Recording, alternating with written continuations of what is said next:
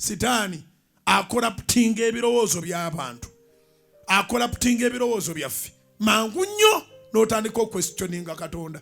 Era olwaleero njagala okitegeere nti bw'oba olina byoyitamu, sitani aba amaze okubetinga. Kiwandiike, bw'oba olina byoyitamu, sitani aba amaze okubetinga. Aba abetinze luddawa? Aba abetinze ewa Katonda nti oyo omulimu bwe gumuggwako agenda kwegaana. Oyo omwami bw'anaamukyawa agenda kwegaana.